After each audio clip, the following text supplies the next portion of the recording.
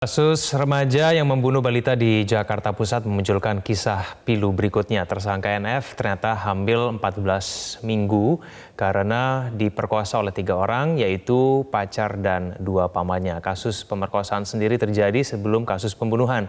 Bagaimana kondisi NF pada saat ini dan bagaimana kelanjutan kasus hukumnya? Sudah bergabung bersama kami Dirjen Rehabilitasi Sosial Kementerian Sosial, ada Pak Hari Hikmat. Pak Hari, selamat pagi. Selamat pagi, Mas. Ya, Pak Hari, mungkin bisa diceritakan Pak, ini awal mula dari fakta ini terungkap ini diinformasikan karena NF cerita begitu. Ini bisa diceritakan Pak, ini apakah inisiatif dari NF sendiri atau memang hasil dari rehabilitasi atau seperti apa Pak? Ya, jadi pertama kami sangat prihatin ya dan sangat sedih setelah mendengar bahwa ternyata NF ini bukan hanya sebagai pelaku kekerasan, tetapi anak ini juga menjadi korban kekerasan seksual. Seperti yang tadi disampaikan, 3 pelaku telah melakukan perkosaan dan bahkan perkosaan dilakukan dengan cara-cara yang sangat sadis dan juga ada unsur pornografi yang nanti akan diungkap mungkin oleh pihak kepolisian. Nah, karena itu ketika Kementerian Sosial mendapatkan titipan dari Rutan Pondok Bambu karena yang bersangkutan akan mengikuti proses hukum dalam waktu dekat, Kemensos langsung bersedia dan melakukan berbagai pelayanan kebutuhan esensial, kebutuhan dasar, sekaligus juga melakukan berbagai upaya pemulihan sosial melalui terapi sosial, terapi psikososial, ada terapi spiritual juga.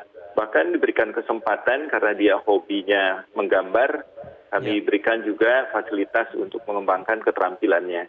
Jadi sekarang kondisinya jauh lebih baik dari NF dan karena pendampingan intensif dari pekerja sosial, maka seluruh apa yang terjadi pada dirinya itu diungkapkan.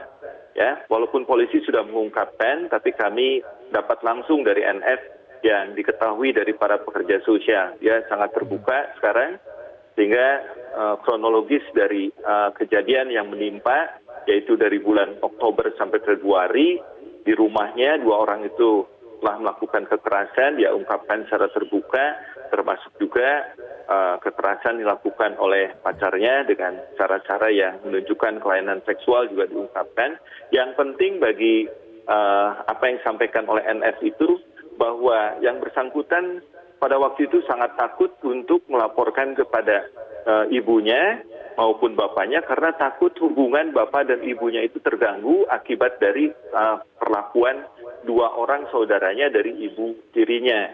Sehingga dia merasa bingung kepada siapa dia harus menceritakan, dan juga dia menyampaikan ketika kejadian membunuh anak balita itu refleksi dari kekesalan, kebencian, dendam atas hal yang menimpa dirinya, dan bahkan dia menyebutkan salah seorang pelakunya terbayang-bayang ketika melakukan pembunuhan kepada anak balita dengan menenggelamkan ke bak mandi berkali-kali, itu sambil dia merasa sangat benci kepada salah seorang yang disebut R itu yang berarti kekerasan seksual ini tidak pernah diceritakan ke siapa-siapa, ya Pak Hari ya, hanya kepada pihak Kementerian Sosial saja, baru kali ini diungkapkan begitu?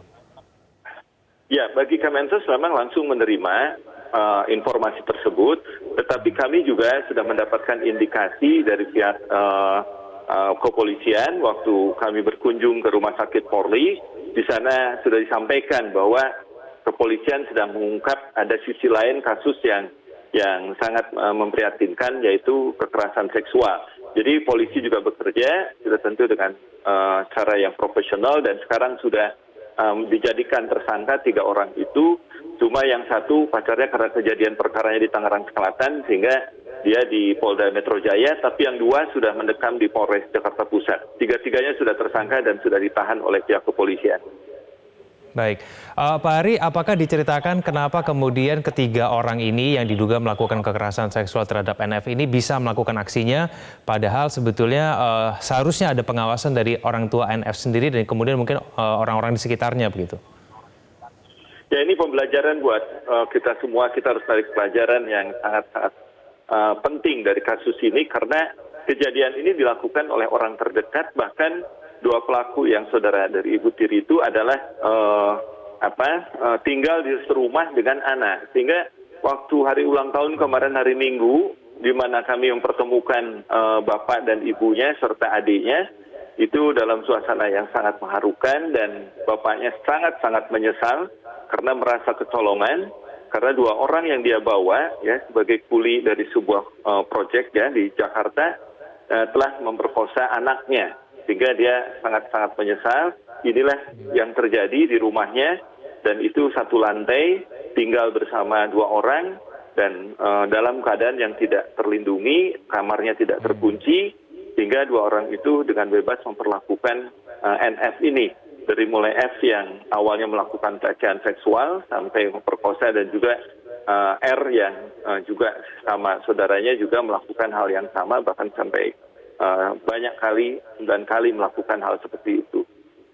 Baik, Pak Ari, kondisi dari NF sendiri seperti apa pada saat ini? Lalu sikapnya kemudian terhadap ketiga tersangka yang kemudian diduga sudah melakukan kekerasan seksual, dan mengenai kondisi dari kehamilannya yang sampai 14 minggu ini bagaimana, Pak Ari? Ya, kebetulan kemarin saya juga menemui kembali NF dan sempat berdialog cukup lama dengan NF. Kalau melihat dari ekspresi, cara dia menyampaikan pendapat, termasuk menjawab pertanyaan, kemudian juga mendiskusikan sesuatu hal tentang masa depan sekolah maupun kehamilan, dia nampak sudah jauh lebih baik.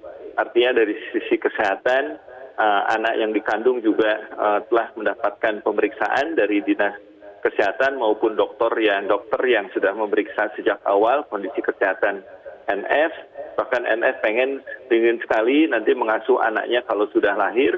Kemudian dari sisi pendidikan, yang bersangkutan telah dinyatakan lulus oleh kepala sekolah karena prestasi NF dari semester 1 sampai 5 itu termasuk baik, dan semester 6 portofolionya juga bagus sehingga lulus. Dan kami juga ingin memastikan bahwa NF ini siap secara mental untuk menghadapi proses hukum, baik sebagai pelaku yang dalam waktu dekat akan mengalami persidangan, bahkan sebagai korban. Kita harus betul-betul mempersiapkan anak dan keluarganya, karena akan bertemu dengan orang-orang yang selama ini dia sangat benci, sehingga NF harus dipersiapkan sikap dan mentalnya untuk bisa menghadapi segala sesuatu yang akan terjadi di persidangan.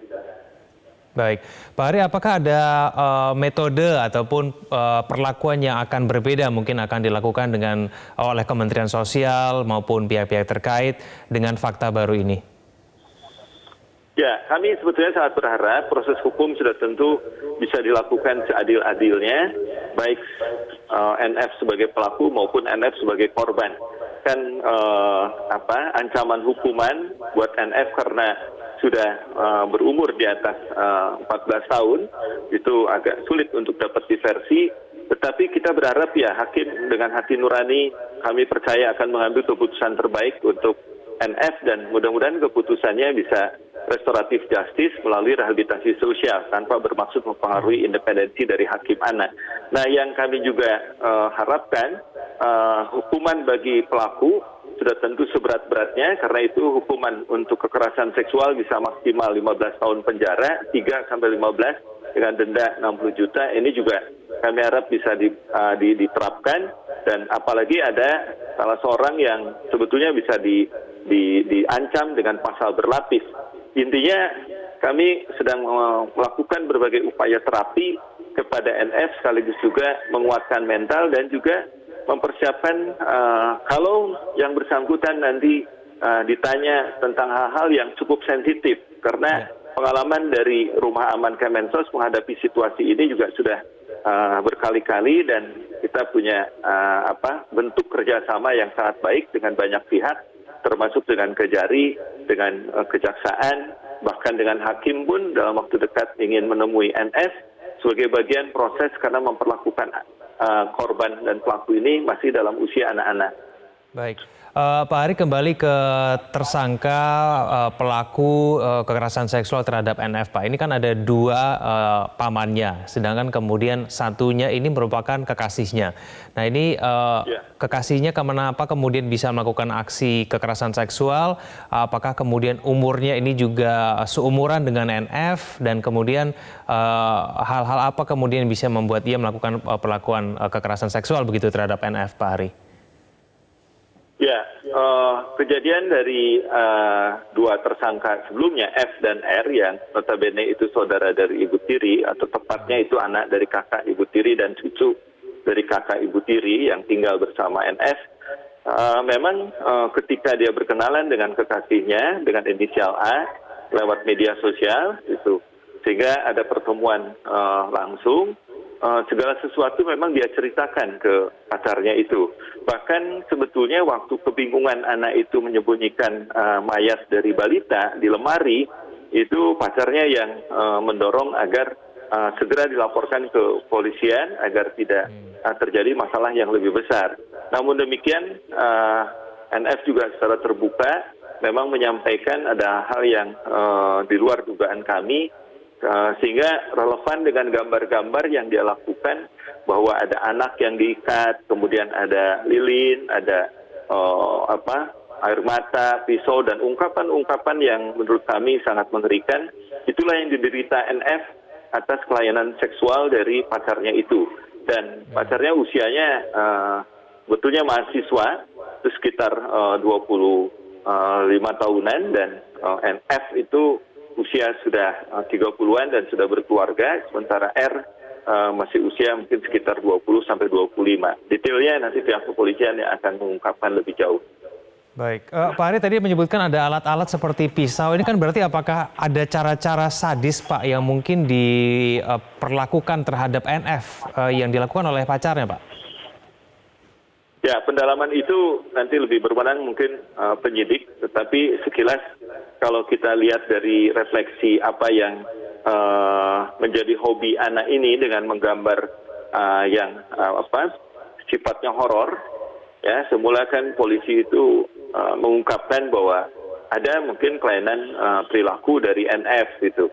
Tapi kami melihat setelah mengungkap bahwa NF ini menjadi korban dari kekerasan seksual, tidak mustahil ada hubungan sebab akibat antara penderitaan yang dialami ya selama 4-5 bulan itu sebelum melakukan pembunuhan kepada anak balita. Karena dari ungkapan itu yang terekspresikan dia sangat benci kepada para pelaku tersebut, dan dia melampiaskan kebencian itu kepada anak balita, apalagi yang bersangkutan sudah menduga dirinya hamil karena headnya berhenti. Kan ini juga jadi catatan pihak kepolisian nanti untuk mengungkap kronologis secara benar, dan sudah tentu bisa diproses dengan seadil-adilnya untuk NF ini. Berarti ada hubungan yang kuat, Pak, ya, dengan kekerasan seksual ini sehingga kemudian menjadi alasan dari NF ini kemudian melakukan aksi pembunuhan begitu, Pak Hari? Ya, dari asesmen yang dilakukan oleh para pekerja sosial, para psikolog di Rumah Aman Kemensos, nampak sekali hubungan secara langsung atas kejadian yang dialami, dan dia kembali saya sampaikan dia tidak punya orang untuk mengadu. Sempat dia mengadu di netizen di grup Facebook yang juga seringkali memancing hal-hal yang seperti itu, bahkan ditantang untuk melakukan perbuatan keji.